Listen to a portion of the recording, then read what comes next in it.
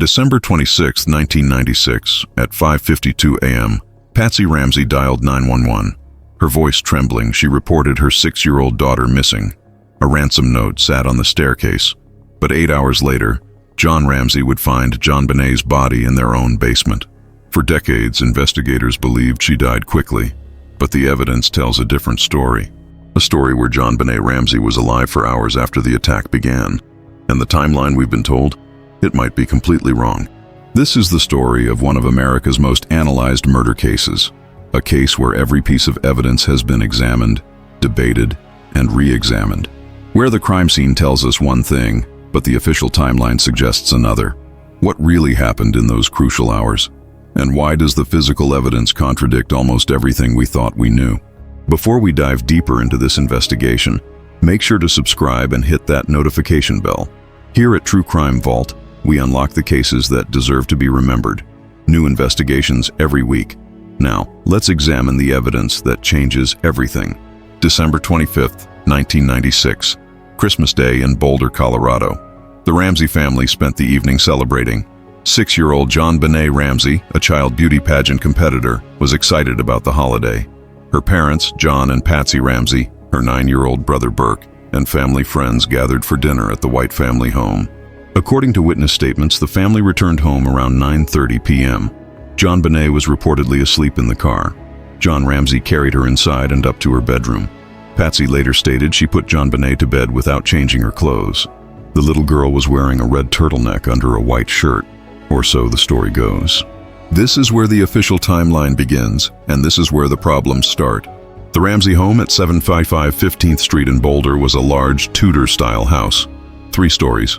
15 rooms, over 7,000 square feet. The house had been built in 1927 and the Ramseys had purchased it in 1991 for $500,000. They had renovated extensively. The layout was complex, with multiple staircases, numerous rooms, and a basement that stretched under much of the house. This layout would become crucial to understanding what happened that night. The family's bedroom arrangements placed JonBenét's room on the 2nd floor, down a hallway from her parents' bedroom. Burke's bedroom was also on the 2nd floor, in a different section of the house. The main staircase, a spiral design, connected all 3 floors. There was also a back staircase, less ornate, that servants would have used in the house's earlier days. These 2 staircases meant multiple ways to move through the house unseen. The next morning, December 26th, Patsy Ramsey stated she woke up around 5:30 a.m. She said she planned to leave early for a trip to Michigan to visit John's other children from his first marriage. They were scheduled to fly out on a private plane later that morning. Patsy said she got up, put on the same clothes she'd worn the day before, black velvet pants and a red sweater, and walked down the spiral staircase from the 2nd floor to the 1st floor. On the stairs, she found a 3-page handwritten ransom note. The note was spread across 3 pages. It was lying on the wooden steps of the spiral staircase. Patsy said she didn't read the entire note at first. She read enough to understand that someone was claiming to have kidnapped JonBenét. The note demanded $118,000 for JonBenét's safe return. It was written on a notepad from inside the Ramsey home, using a pen from inside the Ramsey home. Both items were later found returned to their original places in the kitchen. Patsy immediately ran to JonBenét's bedroom. The bed was empty. She then ran to Burke's room and told him to stay in his room. She screamed for John. John Ramsey came out of the bedroom and read the ransom note. At 5:52 a.m., the 911 call was placed. The call lasted approximately 6 minutes. Patsy can be heard saying, "We have a kidnapping." "Hurry, please!" The dispatcher tried to keep her on the line, asking questions, but Patsy was frantic. And then, at the end of the call, something happened that would be analyzed for years. After Patsy believed she had hung up, the phone didn't immediately disconnect. For several seconds, voices can be heard in the background. The audio quality is poor, but forensic audio experts hired by various parties over the years have attempted to enhance and analyze these seconds. Some experts claim to hear 3 voices: Patsy's, John's, and a child's voice, presumably Burke's. The purported conversation is disputed, with different experts hearing different words. Some claim to hear Patsy say, "Help me, Jesus," in a calmer voice than she'd used during the 911 call. Some claim to hear a male voice say, "We're not speaking to you." And some claim to hear a young voice say, "What did you find?" or "What did you do?" The Ramseys have always maintained that Burke was asleep during the 911 call and the commotion that morning, but this enhanced audio, if accurately interpreted, suggests he was awake and present. This discrepancy in the family's account became one of many small details that investigators found troubling. Police arrived at the Ramsey residence within minutes. Officer Rick French was the first to arrive at 5:56 a.m., just 4 minutes after the 911 call. He found John and Patsy in the living room. The ransom note was on the floor. Officer French read the note. It warned against calling police, stating that if the Ramseys contacted authorities, JonBenét would be beheaded. But the Ramseys had already called. Officer French began what he believed was a kidnapping investigation. Officer French did a quick search of the house. He checked doors and windows. He went to the basement. He tried the door to the wine cellar, but it was latched shut. He did not open it. This decision would haunt him for years. JonBenét's body was already in that room. But Officer French was looking for signs of forced entry, not searching for a body in a supposed kidnapping case. He noted that the basement window was broken, but there was no fresh damage. No footprints in the dust on the windowsill. No disturbance of the spider webs in the window well outside. More officers arrived. Detective Linda Arndt arrived at 8:10 a.m. as the lead investigator. She was alone, waiting for backup that was delayed due to the holiday. The house began to fill with people. And here's where the first critical error in the timeline occurred. The Ramsey home was not properly secured as a crime scene. The prevailing theory was kidnapping, and the police were waiting for a ransom call. They allowed the Ramseys to invite friends over for support. Reverend Roll Hoverstock arrived. Family friends Fleet and Priscilla White came to offer support. Fleet White had been with the Ramseys the previous evening at his home for Christmas dinner. John and Barbara Fernie arrived, another couple close to the Ramseys. More friends showed up throughout the morning. People moved through the house. Some cleaned. Priscilla White and Barbara Fernie cleaned the kitchen area, wiping down counters. This would later destroy potential evidence. The ransom note had mentioned calling between 8 and 10 a.m. Everyone waited for a phone call that never came. Detective Arndt observed the family. She later testified that she felt increasingly uneasy as the morning progressed. John Ramsey's behavior struck her as odd. He would disappear for periods of time. He seemed distracted. He spent time opening mail. He kept looking out windows. Patsy was distraught, crying, praying, surrounded by friends. Burke had been taken to the Whites' home earlier in the morning. Detective Arndt was increasingly concerned about the lack of backup, the number of people in the house, and the fact that the expected ransom call never came. By 1 p.m., Detective Arndt suggested that John Ramsey and Fleet White search the house again for anything unusual or out of place. This search was meant to give John something to do and potentially uncover any evidence that had been missed. John and Fleet started in the basement. They checked Burke's train room. They checked the storage areas. And then John Ramsey opened the door to the wine cellar. At approximately 1:05 p.m., nearly 8 hours after the 911 call, John Ramsey stood in the doorway of that small room. He later said it was dark. He reached in, found the light switch, and turned it on. And there, on the white blanket on the floor, was JonBenét. He screamed. Fleet White was right behind him. John Ramsey immediately went to his daughter. He pulled the duct tape off her mouth. He picked up her body. Fleet White shouted for him to stop, to leave her there, but John wasn't listening. He carried JonBenét upstairs. John brought his daughter's body to the living room floor near the Christmas tree. He laid her down. Detective Arndt saw the body and immediately knew this was now a murder investigation. She checked for a pulse, knowing there wouldn't be one. JonBenét's body was in full rigor mortis. She had been dead for hours. Detective Arndt looked at John Ramsey, looked at the friends in the house, and realized she was alone with what was now a crime scene full of potential suspects. She later testified that she quietly counted her ammunition, 15 rounds in her weapon. She thought she might need them, but critical evidence had already been compromised. The crime scene was contaminated. The body had been moved. The tape had been removed. John had placed a blanket over JonBenét. Fleet White had been in the room. Footprints were everywhere. And the timeline everyone accepted that day, the timeline that suggested a quick murder during a kidnapping attempt, would later be called into question by the physical evidence itself. Let's examine what was found on JonBenét's body, because this is where the official timeline starts to fall apart, and this is where we begin to understand that JonBenét was alive for far longer than anyone initially realized. JonBenét was found with duct tape covering her mouth. The tape was one piece, applied directly over her lips. When John removed the tape in his panic, he destroyed potential evidence. The sticky side of the tape had no saliva on it. None. When someone's mouth is taped shut while they're alive and breathing, saliva accumulates inside. You can see it when the tape is removed. The moisture is visible, but JonBenét's tape had no such evidence. Some forensic experts believe the tape was applied after she died, or when she was so close to death that she wasn't breathing normally anymore. This was staging. Someone wanted it to look like she'd been kidnapped and silenced. A white cord was tied around her neck in a garrote.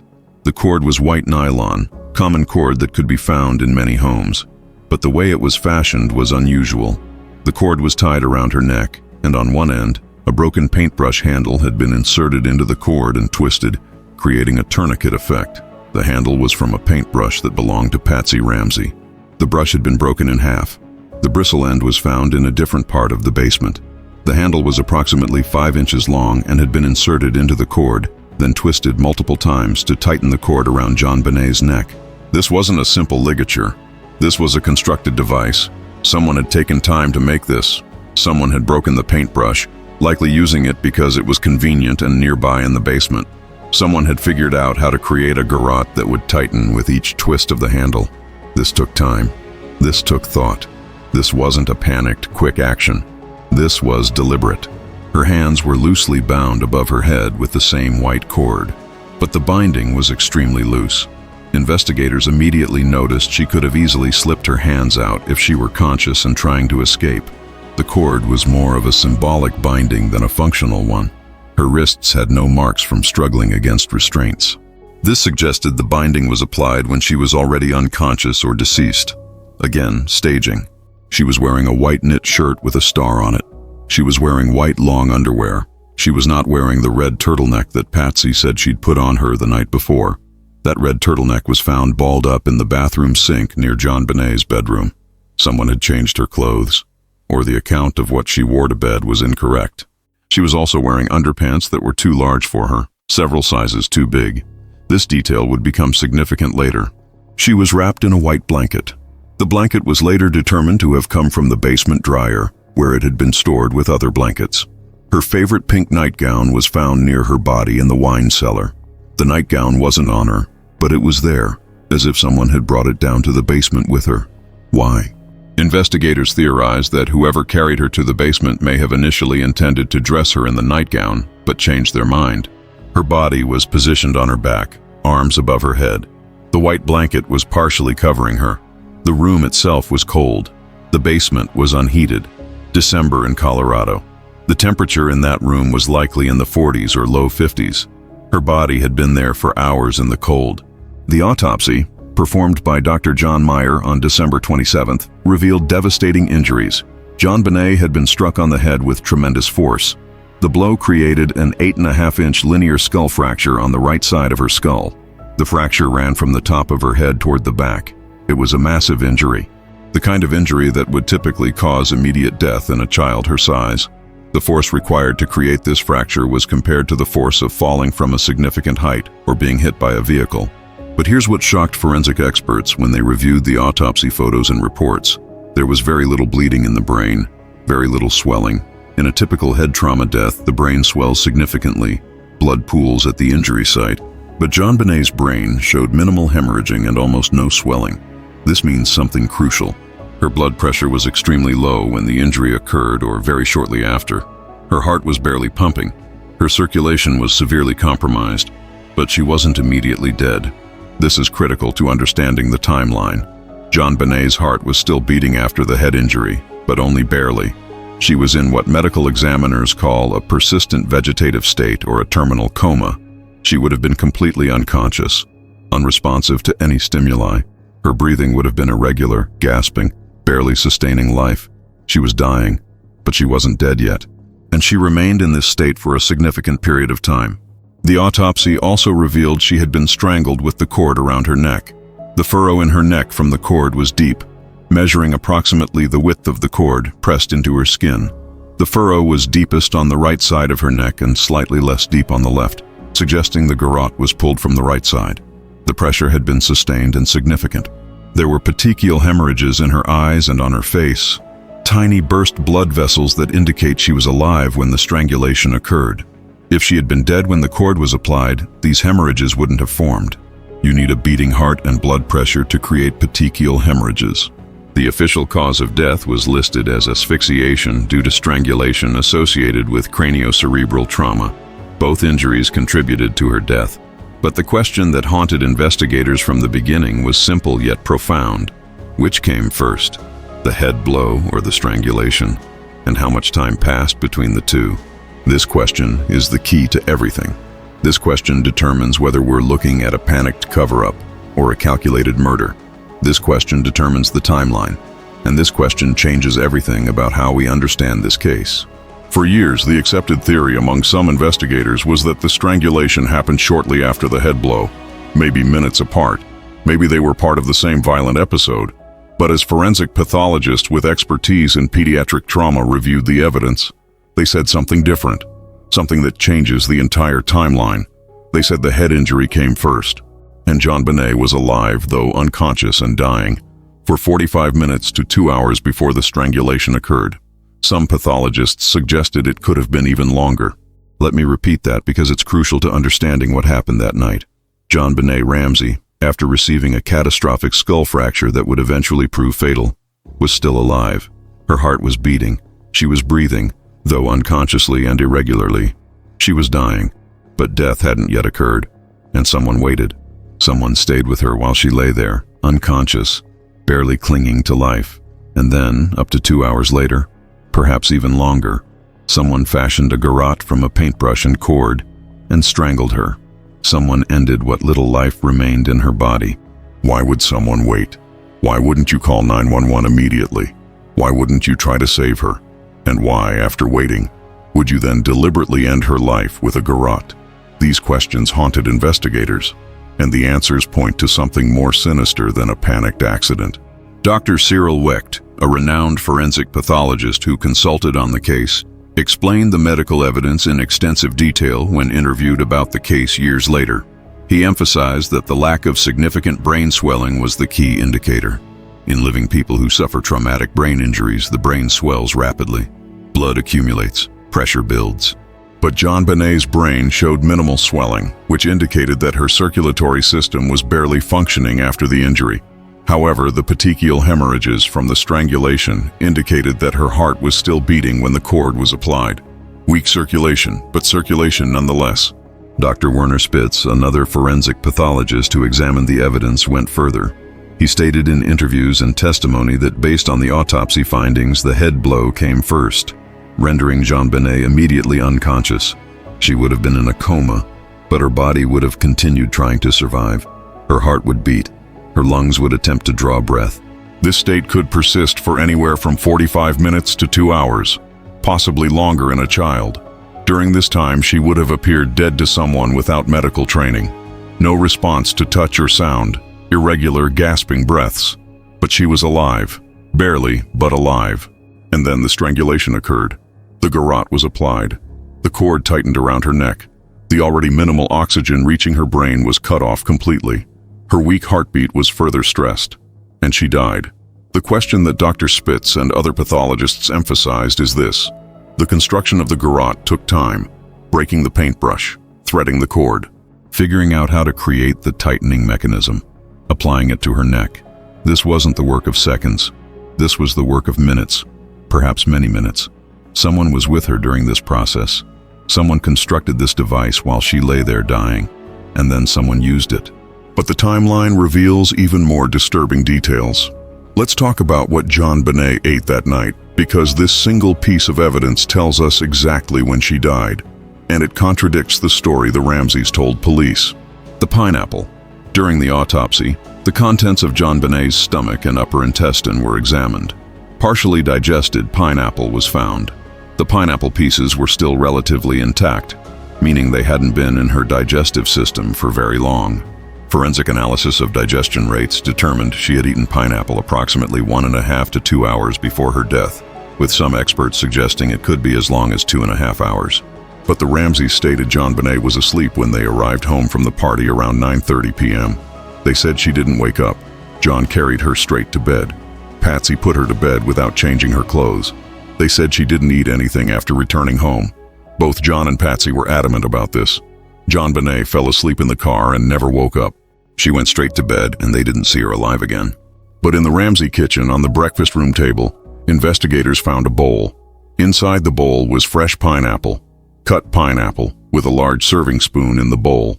The bowl had fingerprints on it, Burke's fingerprints, and the serving spoon had a palm print that was later identified as consistent with Patsy's.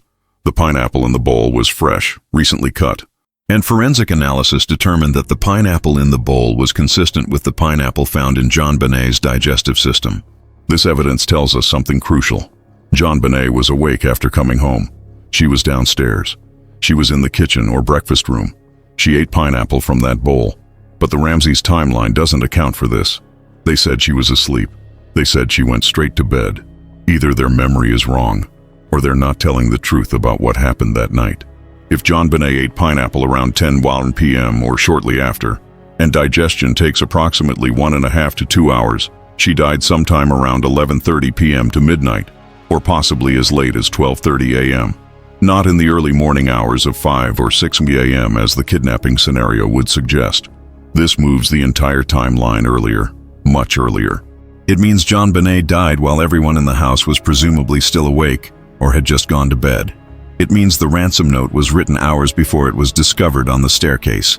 It means someone had all night to stage the scene, to move the body, to clean up, to prepare their story. The pineapple evidence is supported by another detail. JonBenét's bladder was empty when her body was found.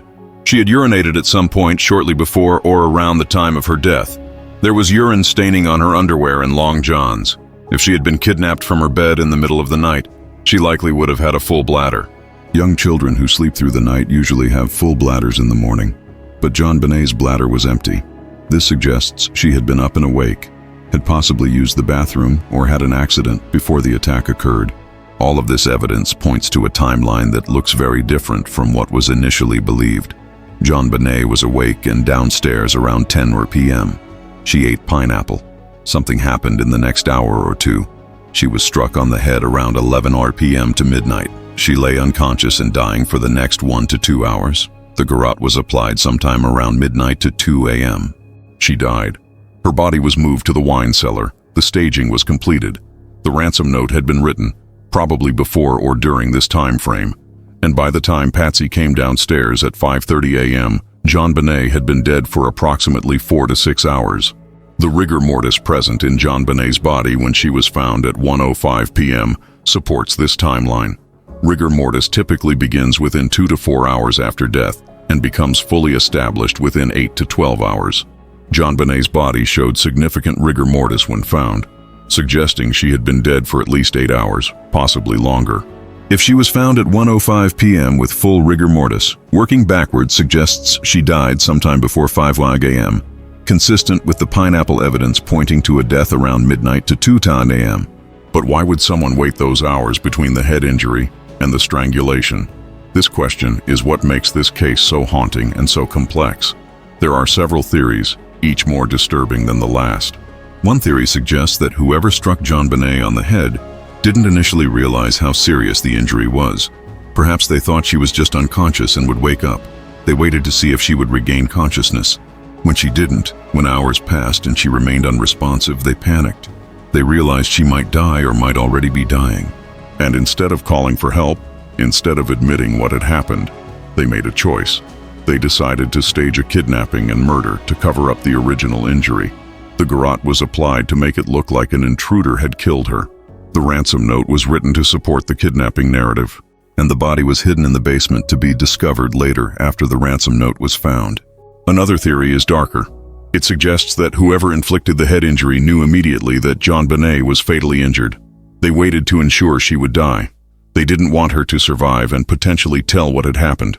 They waited hours, ensuring she would not recover. And when enough time had passed, when they were certain she couldn't survive, they applied the garrote to finish the job and to stage the crime scene. This theory suggests premeditation, calculation, and a chilling willingness to let a child die slowly. A third theory involves multiple people. Perhaps one person inflicted the head injury, accidentally or in anger. Perhaps another person discovered what had happened. Together they made the decision to cover it up. One person might have written the ransom note while the other stayed with JonBenét. Hours passed as they debated what to do, as they argued, as they planned. And ultimately they decided that the only way forward was to stage an intruder kidnapping and murder. The garrote was applied, the scene was set, and in the morning they would discover the ransom note and call police. Each of these theories has evidence supporting it and evidence contradicting it. But what all three theories have in common is time. Hours of time. Time where decisions were being made. Time where a crime scene was being staged. Time where a little girl lay dying while someone chose cover-up over truth. Now let's examine the ransom note in detail, because this 3-page document tells us more about the killer's mindset and timeline than almost any other piece of evidence. The ransom note was written on a pad of paper that belonged to Patsy Ramsey. The pad was found in the kitchen where it was normally kept. A pen from the kitchen was used to write the note. That pen was also returned to its normal spot. This immediately told investigators that the note was written inside the house by someone familiar with where things were kept. But the note itself is extraordinary in its length and detail. Most ransom notes in actual kidnapping cases are brief. "We have your daughter. We want money. Wait for instructions." Simple. Quick. The kidnapper wants to minimize time and risk. They don't want to linger in the house writing a novel. But the JonBenét ransom note is 376 words across 2.5 pages. It's not a note. It's a letter, and the content is bizarre. The note reads, in part, "Mr. Ramsey, listen carefully. We are a group of individuals that represent a small foreign faction. We respect your bussiness, but not the country that it serves. At this time, we have your daughter in our possession. She is safe and unharmed, and if you want her to see 1997, you must follow our instructions to the letter." Note the misspelling of business as bussiness and possession as possession. Some handwriting experts suggested these might be deliberate misspellings to throw off analysis, but others noted that these are common spelling errors. The note continues with the ransom demand. "You will withdraw $118,000 from your account. $100,000 will be in $100 bills, and the remaining $18,000 in $20 bills." This specific amount, $118,000, was almost exactly the amount of John Ramsey's recent bonus from his company. How would a foreign faction know this specific detail? The note goes on. "Make sure that you bring an adequate size attaché to the bank. When you get home, you will put the money in a brown paper bag." The use of the word attaché is interesting. It's spelled without the accent mark, but it's a somewhat sophisticated word choice. Not everyone would use attaché instead of briefcase or bag. The note contains several movie references and phrases. "It is up to you now, John." Sounds like dialogue from a thriller movie. "The two gentlemen watching over your daughter do not particularly like you," is dramatic phrasing. "If we catch you talking to a stray dog, she dies," is an odd threat that sounds like it came from a crime film. And the note ends with "Victory," SBTC, which has never been satisfactorily explained. What does SBTC stand for? Various theories have been proposed. Saved by the Cross, Subic Bay Training Center, Santa Barbara Tennis Club, but none have been confirmed. The note also contains specific warnings. Speaking to anyone about your situation, such as police, FBI, etc., will result in your daughter being beheaded. If we catch you talking to a stray dog, she dies. If you alert bank authorities, she dies. If the money is in any way marked or tampered with, she dies. These threats are graphic and specific. Beheading is an unusual threat. But despite these warnings, the note also says, "She is safe and unharmed, and if you want her to see 1997, you must follow our instructions to the letter." This contradiction is important. The note says she's safe and unharmed, but threatens her execution if police are called. The note demands ransom money, suggesting the kidnappers want something and will return her if they get it. But JonBenét was already dead in the basement when this note was discovered. The note serves no actual ransom purpose. It's staging. It's misdirection. It's meant to make police believe a kidnapping occurred when in fact JonBenét never left the house. Investigators also found a practice ransom note on the same notepad. The practice note started with Mr. and Mrs. Ramsey but broke off after a few words. Someone had started writing the note, stopped, started again on a new page with just Mr. Ramsey instead. Why practice? In a real kidnapping, the kidnapper would have prepared the note beforehand, away from the crime scene. They wouldn't sit in the victim's kitchen practicing their ransom note. But someone did exactly that in the Ramsey home. Someone sat, probably at the kitchen table or counter, and took the time to write and rewrite a ransom note. This takes time, at least 20 to 30 minutes to compose and write 376 words carefully, maybe longer. This time frame fits with the revised timeline we've been discussing. If JonBenét was struck on the head around 11 p.m. to midnight and lay dying for the next 1 to 2 hours, someone had time to write this note. They had time to think, to compose, to practice, to rewrite. They weren't panicking. They weren't rushing. They were staging. And staging takes time. Handwriting analysis of the ransom note became a major focus of the investigation. The Federal Bureau of Investigation examined the note. Private handwriting experts were hired by both the police and the Ramsey defense team. The results were inconclusive and contradictory. Some experts said they could not eliminate Patsy Ramsey as the author. Her handwriting samples showed similarities in letter formation, spacing, and certain unique characteristics. But other experts said the note was not written by Patsy, pointing to differences in slant, pressure, and overall style. John Ramsey's handwriting was also analyzed and largely ruled out. Burke's handwriting as a 9-year-old was considered but deemed unlikely. The prevailing opinion among investigators was that either Patsy wrote the note or someone deliberately tried to disguise their handwriting so thoroughly that definitive analysis was impossible. The content of the note also suggests familiarity with the Ramsey family. The $118,000 amount, the reference to John's business, the mention of Southern common sense, which some interpreted as a reference to John's Southern roots or possibly Patsy's, as she was from West Virginia. The overall tone of the note, sometimes formal, "We respect your bussiness," sometimes casual, "Don't try to grow a brain," suggests someone educated but trying to sound tough and criminal. Linguistic experts analyzed the note's phrasing. The phrase, "We are a group of individuals that represent a small foreign faction," is awkward. A group of individuals is redundant. Most people would say, "We are a small foreign faction," or "We represent a foreign faction." But a group of individuals that represent is wordy and strange. The use of "and hence" later in the note is also unusual phrasing. These linguistic quirks suggested the writer was educated and perhaps trying to sound more formal or foreign than they actually were. The note's length and detail also suggest something about the writer's emotional state. This isn't a hurried note written by a panicked intruder who just committed a murder. This is a carefully composed letter written by someone who had time, who wasn't afraid of being caught, who was in a safe environment. The writer was comfortable enough to sit and write for extended periods. They were in control of the situation. They were alone or with someone they trusted. This all points back to someone who was in that house legitimately, someone who belonged there. The ransom note, combined with the timeline evidence, tells us that hours passed between JonBenét's head injury and the staging of the crime scene. Hours where someone wrote a novel of a ransom note. Hours where someone constructed a garrote. Hours where someone moved JonBenét's body to the basement. Hours where someone cleaned up. Hours where someone prepared to discover their daughter missing in the morning. But let's go back to the crime scene itself, because there are more details in that basement room that tell us about those missing hours. The wine cellar where JonBenét was found was located in the basement, down a hallway past Burke's train room and several storage areas. The room was small, approximately 6 feet by 6 feet. It had a wooden door that latched from the outside with a simple wooden block that turned to secure the door. No lock, just a latch. The room had no windows, no light except for a single bulb that you had to pull a string to turn on, or there was a light switch outside the door. When John Ramsey opened that door at 1:05 p.m., he said the room was dark. He found the light switch and turned it on, and there was JonBenét. But let's think about what this means. Someone placed JonBenét in that room hours earlier. Someone closed the door and latched it. Why? If this was a real kidnapping, the kidnapper would have taken the body. If this was a killing, why hide the body in the house? The only logical explanation is staging. The killer wanted JonBenét to be found, but not immediately.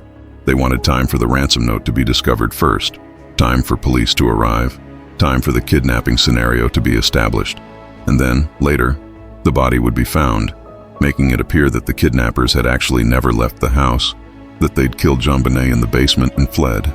But this staging created problems. The wine cellar door was latched from the outside. The latch required someone on the outside to secure it. This means JonBenét couldn't have been placed there by someone who then exited through the basement window. If the intruder left through the window, they couldn't have latched the wine cellar door from the outside. They would have had to leave the door open or unlatched. But the door was latched. Officer French had tried it that morning and found it latched shut. This physical impossibility is one of many reasons investigators doubted the intruder theory. Inside the wine cellar, the white blanket that JonBenét was found on came from the basement dryer. This blanket was stored there with other blankets. Someone knew where to find it. Someone took it from the dryer, placed it on the floor of the wine cellar, and laid JonBenét on it. This is a gentle action, a caring action, even in the midst of a staged murder. Someone wrapped her, made sure she was covered. This doesn't match the brutality of the head injury and strangulation. This suggests conflict in the killer, perhaps remorse, perhaps an attempt to restore some dignity to what they'd done.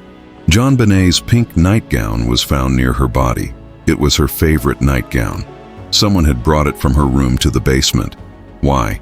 One theory is that whoever carried JonBenét to the basement brought the nightgown intending to change her into it, to make it appear she'd been taken from her bed while wearing her nightgown.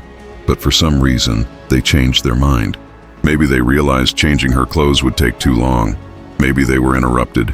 Maybe they simply abandoned that part of the staging. The nightgown was left there, a piece of evidence that didn't fit the final crime scene narrative. The duct tape on JonBenét's mouth came from somewhere. The Ramseys said they didn't recognize the tape as belonging to their home, though duct tape is common in many households. The tape showed no fingerprints. The sticky side, as mentioned before, had no saliva. This tape was likely applied after death or very close to it, purely for staging. The garrote, on the other hand, was the real murder weapon. The tape was theater.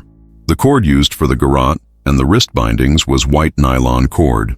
This type of cord was found elsewhere in the Ramsey home, in Patsy's art supply area.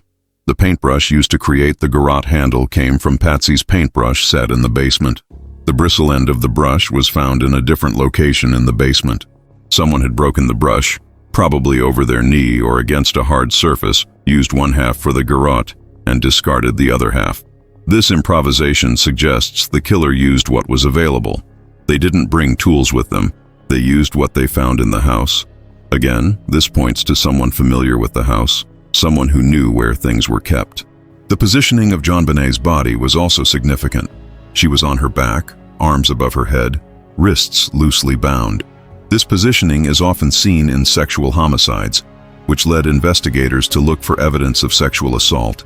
The autopsy did reveal evidence that JonBenét had experienced some kind of trauma to her genitals. There was a small amount of blood present, and the autopsy noted chronic inflammation that suggested previous trauma over time, as well as acute injury. This finding was controversial and led to even darker theories about what had happened to JonBenét, not just on the night she died, but possibly before. Some investigators believed JonBenét had been sexually assaulted as part of the crime that night. Others believed the evidence of chronic trauma suggested long-term abuse that might have been a motive for her murder if she was about to reveal it. And still others believed the genital trauma could have been from innocent causes, such as bubble baths or accidental injury, and that the acute injury was from staging meant to look like a sexual assault. The truth of this aspect of the case remains disputed and deeply troubling. What is known is that unidentified male DNA was found in JonBenét's underwear and on her long johns. This DNA would become central to the case years later and would shift the entire investigation. But we'll come back to that. For now, the focus is on the timeline and what those missing hours tell us about what happened in that house. The basement where JonBenét was found also contained other evidence that investigators analyzed. A small suitcase was positioned under the broken basement window. Some theorized this was placed there by an intruder to stand on while climbing out.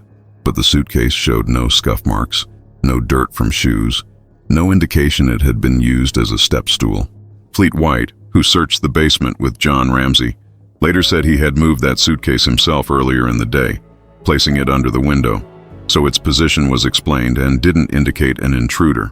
The broken basement window itself became a major point of contention. The window was a small ground-level window leading into the train room area of the basement. The glass was broken, but John Ramsey explained he had broken that window himself months earlier when he'd been locked out of the house. He'd reached through, unlatched the window, and climbed in. He said he'd never bothered to fix the glass. The broken window, therefore, wasn't evidence of a break-in on the night of December 25th. It was pre-existing damage. But more importantly, Investigators examined the window well outside. The window well is the recessed area outside a basement window. This well had undisturbed spider webs across it.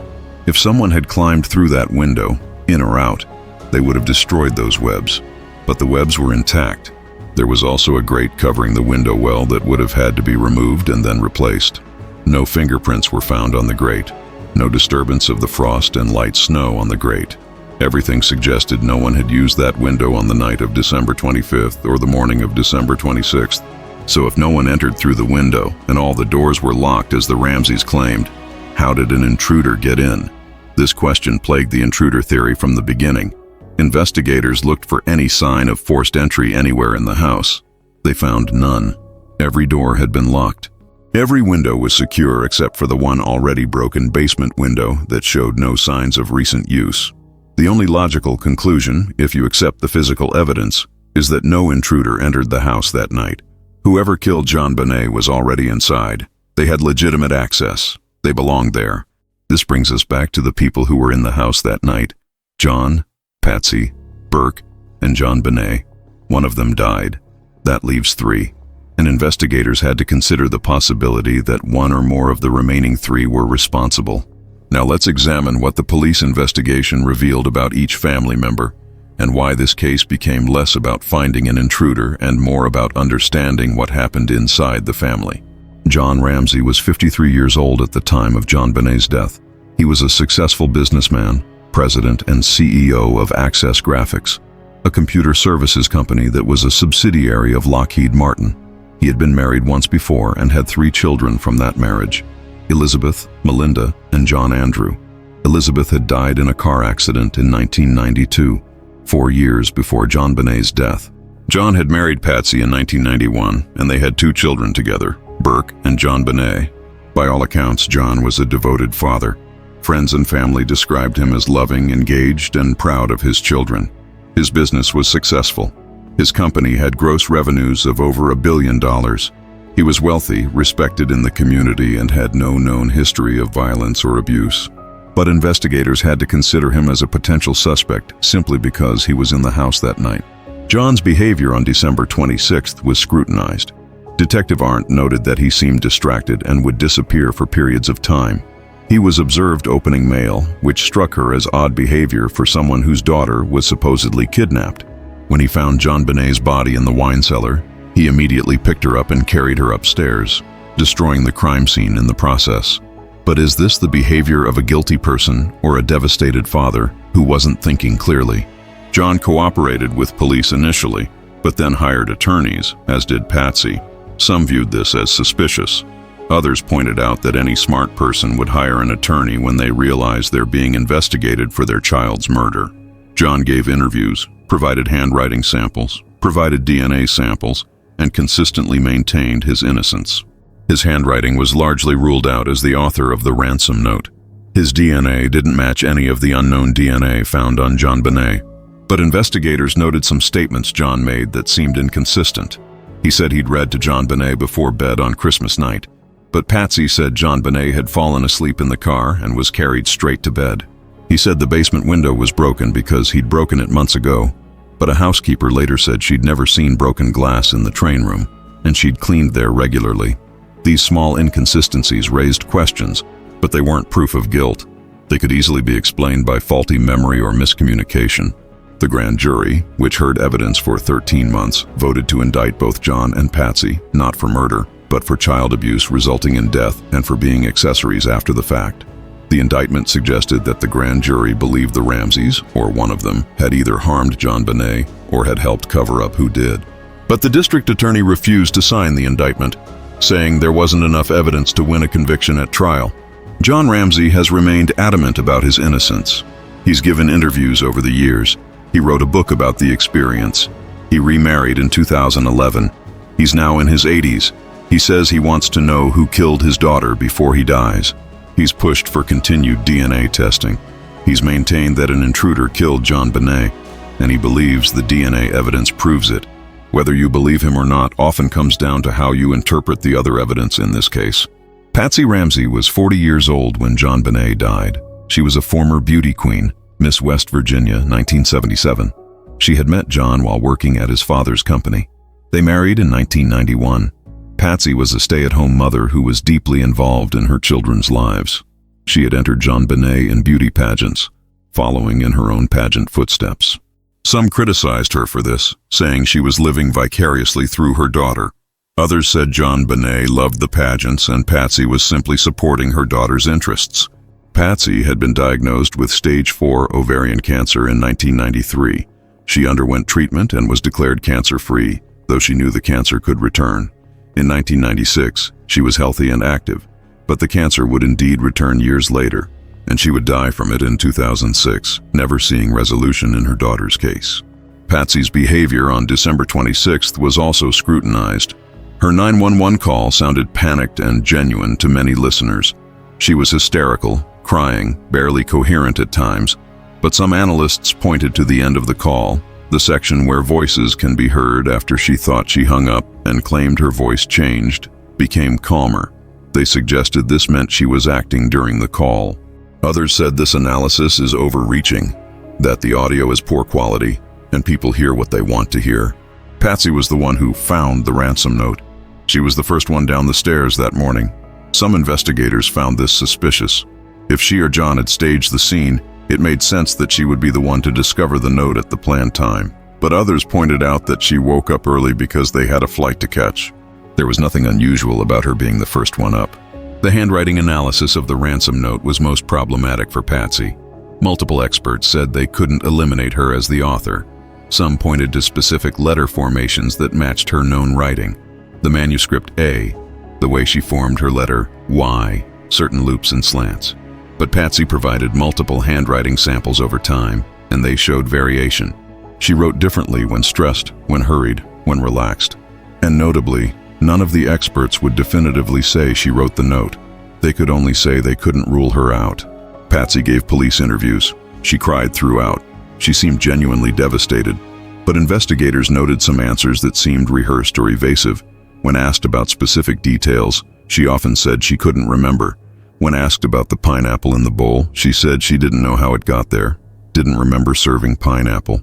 When asked about JonBenét's clothes, she insisted the red turtleneck had been put on JonBenét, but it was found in the bathroom sink. These inconsistencies made investigators suspicious. Some detectives, particularly Steve Thomas, believed Patsy was responsible. Thomas theorized that JonBenét had wet the bed, something she occasionally did. He believed Patsy, stressed and exhausted from the holiday, had snapped. In a moment of rage, she'd struck JonBenét, perhaps pushing her into something or hitting her with an object. When she realized how seriously JonBenét was injured, she panicked. With John's help, or possibly without it initially, she staged the kidnapping scene to cover up what she'd done.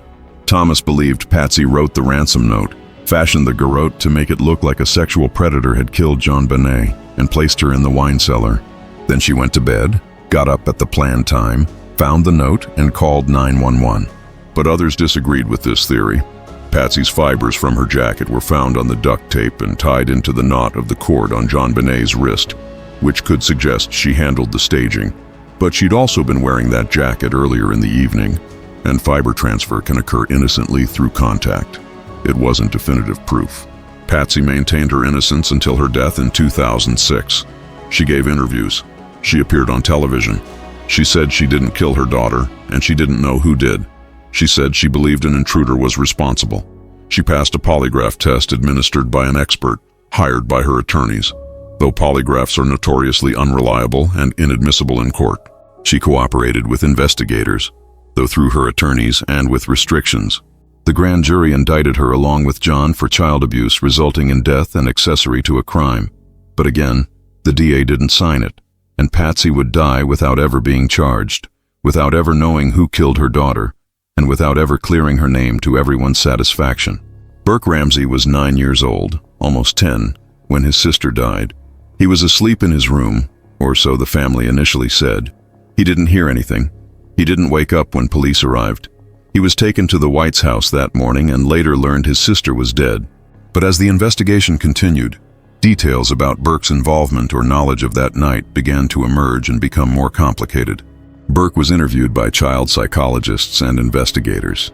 The interviews are sealed, but some details have leaked over the years. Burke said he'd been asleep. He'd stayed in his room. He'd heard some commotion but didn't come out.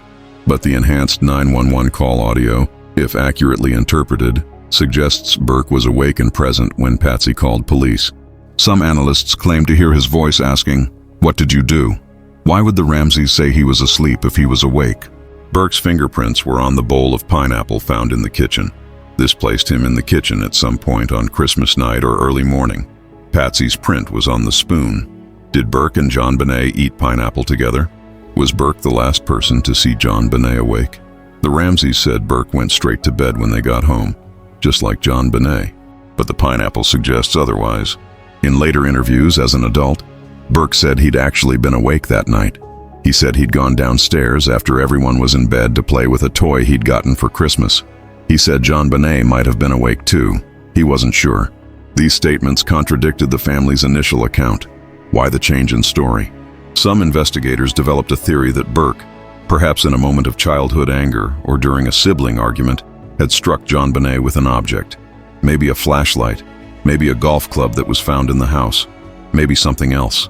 The blow was harder than Burke intended or realized. He was 9 years old. He might not have understood how badly he'd hurt her. He went to get his parents. They found JonBenét unconscious, and instead of calling 911 and facing questions about what Burke had done, they made a decision to stage the scene to look like an intruder kidnapping and murder. They did this to protect Burke from being taken into custody, from facing legal consequences, from being labeled a killer. The garrote, the ransom note, all of it was to protect their son. This theory gained traction, especially after a CBS documentary in 2016 presented it as the most likely scenario. Burke sued CBS for $750 million for defamation. The case was settled in 2019 for an undisclosed amount. Burke has maintained he had nothing to do with his sister's death. Behavioral analysts who reviewed Burke's interviews noted he seemed detached when discussing JonBenét.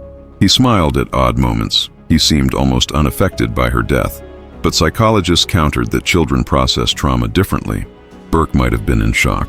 He might have dissociated as a coping mechanism. His behavior, while unusual, wasn't necessarily evidence of guilt. As a child at the time, Burke was never charged with anything. Even if investigators believed he was involved, a 9-year-old couldn't be prosecuted for murder under Colorado law. The age of criminal responsibility for serious crimes was 10. Burke was 9. So even if the theory was correct, Burke couldn't be charged. Only the parents could be charged with covering it up. Burke is now an adult. He gave a televised interview with Dr. Phil in 2016, his first major public interview. He seemed nervous, uncomfortable, and at times inappropriate in his responses, smiling when discussing his sister's murder. But he adamantly denied any involvement. He said he was asleep. He woke up. His parents told him JonBenét was gone, and later he learned she was dead. He said he's been unfairly blamed for years. He said he wants to clear his name. The truth about Burke's involvement, if any, remains unknown. Was he just a traumatized kid who lost his sister? Or was he somehow involved in the events of that night? The evidence doesn't give us a clear answer. The investigation into the Ramsey family was complicated by their wealth and their attorneys. The Ramseys hired a team of top criminal defense attorneys, including Hal Haddon and Lynn Wood. They hired their own investigators and forensic experts. They controlled access to the family members, particularly Burke. They negotiated the terms of police interviews. Some saw this as the behavior of guilty people hiding behind lawyers. Others saw it as smart legal strategy when you realize you're being investigated for murder, and you're innocent but can't prove it. The Boulder Police Department, meanwhile, struggled. They were a small department unused to high-profile murder cases. The case became a media sensation. Reporters descended on Boulder. Every detail was leaked to the press. The investigation was criticized as bungled from the start. The crime scene wasn't properly secured. Evidence was contaminated. The body was moved. And in the days that followed, mistakes continued. Key witnesses weren't interviewed promptly. Evidence wasn't tested quickly. And the relationship between the police and the district attorney's office became contentious, with each side blaming the other for the failure to bring charges. In 1998, Detective Steve Thomas resigned from the Boulder Police Department in protest over how the case was being handled. He wrote a letter to the DA accusing the office of acting as defense attorneys for the Ramseys rather than prosecutors. He later wrote a book, JonBenét, Inside the Ramsey Murder Investigation. in which he detailed why he believed Patsy was responsible. The Ramseys sued him for defamation. The case was settled. In 1999, the grand jury voted to indict John and Patsy Ramsey, but DA Alex Hunter refused to sign the indictment, effectively blocking any charges. Hunter believed the evidence, while suspicious, wasn't strong enough to win a conviction. He faced immense criticism for this decision, with many accusing him of protecting the wealthy Ramseys. In 2003, a federal judge reviewed the evidence in a civil lawsuit and issued an opinion stating that the weight of the evidence was more consistent with an intruder theory than with the Ramseys being involved. This opinion surprised many investigators who believed firmly in the family's involvement. But the judge noted the unidentified DNA, the lack of definitive proof, and the presumption of innocence. He essentially said the evidence didn't prove the Ramseys did it, even if it raised suspicions. And then, in 2008, everything changed. New DNA technology provided results that would shift the entire investigation once again and would, at least officially, clear the Ramsey family of suspicion. Touch DNA technology had advanced significantly in the 12 years since JonBenét's death. This technology allows forensic scientists to recover DNA from skin cells left behind by touch, even tiny amounts that wouldn't have been detectable with older methods. In 2008, the district attorney's office, now led by Mary Lacey, decided to use this new technology to test JonBenét's long underwear, the pants she was wearing when her body was found. The testing revealed traces of male DNA on the waistband of the long underwear, on both sides. This DNA was mixed with JonBenét's blood, and critically, this DNA matched unknown male DNA that had been found in 1996 on JonBenét's underwear, the panties she was wearing. Now investigators had two separate pieces of clothing with the same unknown male DNA. This DNA didn't match anyone in the Ramsey family. It didn't match anyone in the DNA databases. It was from an unknown male. On July 9, 2008, District Attorney Mary Lacey issued a public letter to the Ramsey family.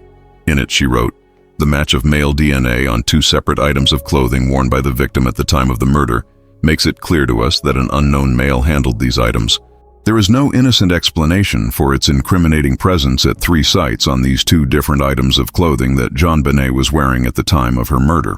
To the extent that we may have contributed in any way to the public perception that you might have been involved in this crime, I am deeply sorry. No innocent person should have to endure such an extensive trial in the court of public opinion, especially when public officials have not had sufficient evidence to initiate a trial in the court of law."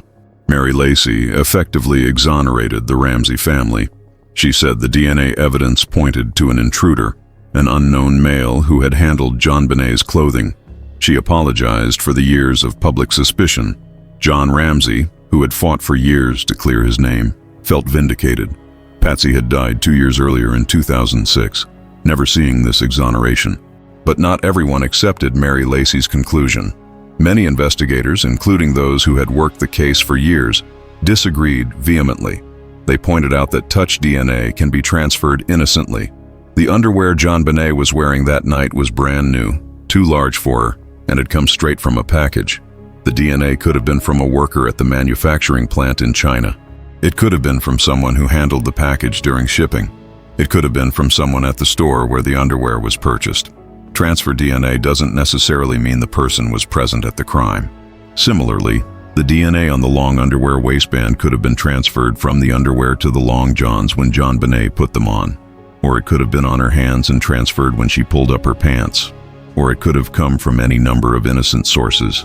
Dr. Henry Lee, a famous forensic expert, reviewed the DNA evidence and expressed skepticism about using it to exonerate the Ramseys. He noted that touch DNA is easily transferred and that the presence of DNA doesn't necessarily mean the person was involved in the murder. But Mary Lacey stood by her decision. She believed the DNA evidence was significant. She believed it pointed to an intruder. And she believed the Ramseys had been falsely accused for years. Her letter was controversial and remains so to this day. In 2009, Boulder Police Chief Mark Beckner announced that the police department was taking back control of the investigation from the district attorney's office. He said they would pursue all credible leads and that they had never officially closed the case. He also said, pointedly, that they had never officially cleared anyone, despite Mary Lacey's letter. This was seen as a rebuke to Lacey's exoneration of the Ramseys. The investigation continues to this day. The Boulder Police Department says it remains an open investigation. They've continued to follow up on tips and leads. They've retested evidence as new technologies become available. And they've utilized genetic genealogy, the same technique that solved the Golden State Killer case, to try to identify the unknown male DNA. In recent years, John Ramsey has publicly called for the evidence to be turned over to outside agencies with more resources and expertise.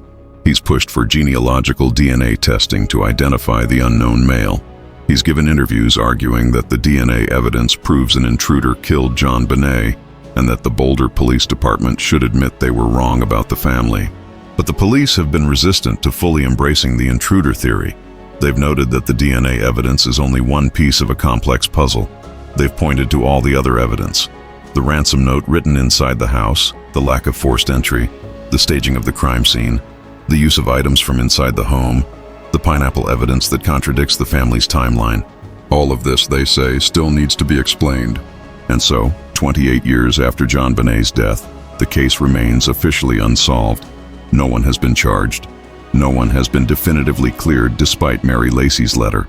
And the question remains: what happened in those missing hours? We know JonBenét was struck on the head with tremendous force sometime around midnight on December 25th or early morning December 26th. We know she didn't die immediately.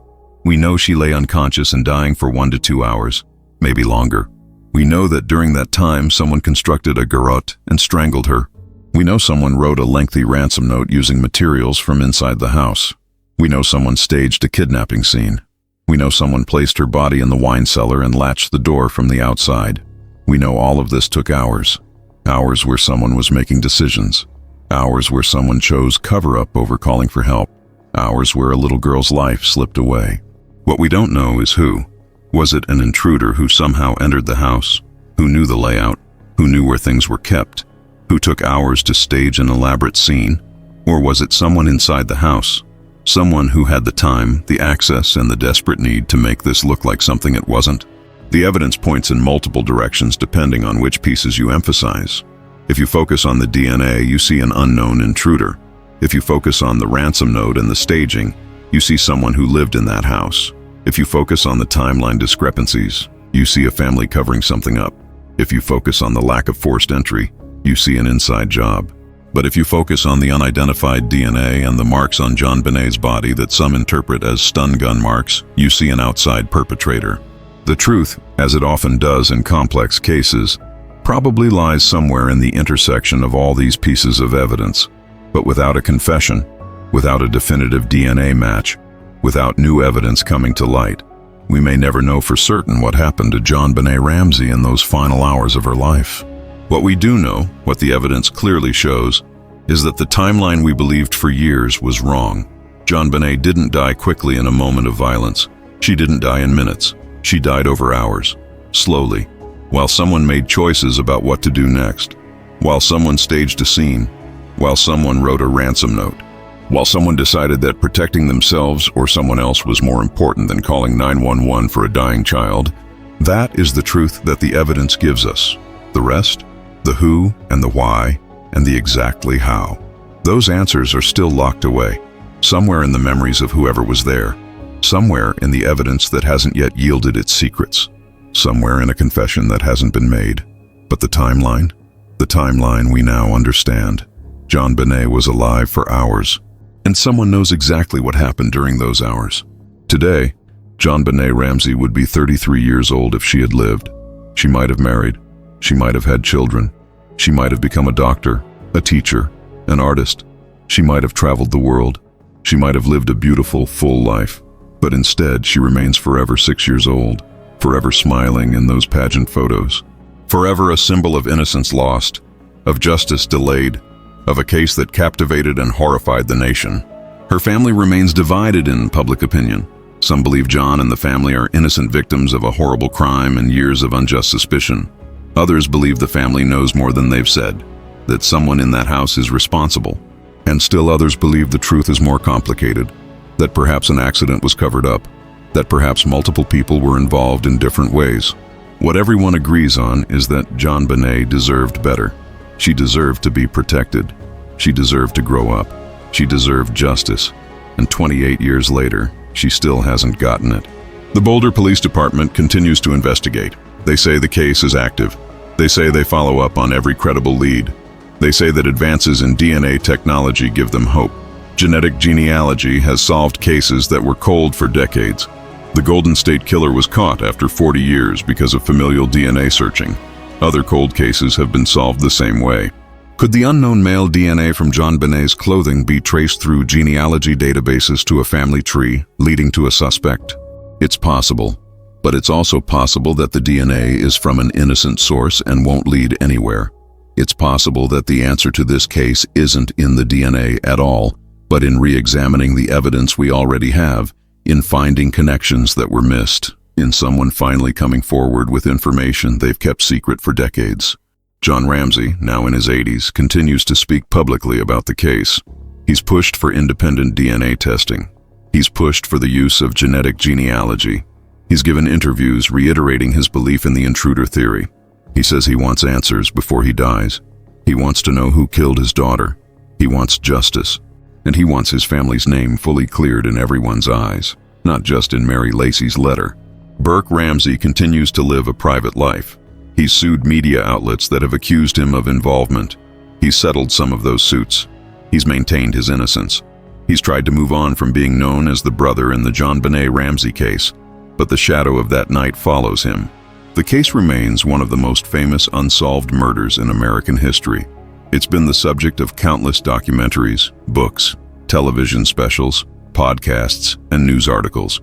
It's been analyzed from every conceivable angle, and still, we don't have definitive answers. Still, the evidence points in multiple directions. Still, the debate rages about what really happened. But what we know now, what the evidence has shown us, is that the timeline matters. The hours between the head injury and the strangulation matter. The time it took to write the ransom note matters. The time it took to stage the scene matters. Because time reveals intent. Quick violence can be impulsive, accidental, panicked, but hours of activity, hours of decision-making, that's different. That's calculated, that's deliberate, and that's what makes this case so haunting. JonBenét was alive for hours after someone struck her on the head. Alive while someone decided what to do. Alive while someone wrote that note. Alive while someone fashioned that garrote. And then someone ended her life. Someone made that choice. Someone decided that a 6-year-old girl had to die. And someone has lived with that knowledge for 28 years. If this case intrigued you, make sure to subscribe to True Crime Vault for more in-depth investigations. Hit that like button and drop a comment with your thoughts. What do you think happened during those missing hours? Do you believe the DNA evidence clears the family? Or do you think the answer is still inside that house? What theories do you find most compelling? Let's discuss in the comments. And remember, this isn't just a story. This isn't entertainment. This is a real child who died terribly. This is a real family that was torn apart, guilty or innocent. This is a real community that was forever changed. This is a real case that deserves to be solved. JonBenét Ramsey deserves justice. She deserves truth. She deserves to be remembered not just as a murdered beauty queen, but as a little girl who loved Christmas, who loved her family, who had her whole life ahead of her. Somewhere, someone knows what really happened on December 25th and 26th, 1996. Somewhere, someone knows the truth about those missing hours.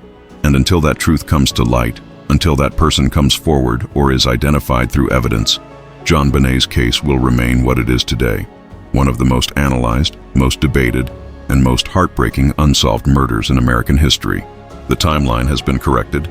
The evidence has been re-examined. But the answer? The answer is still waiting to be found.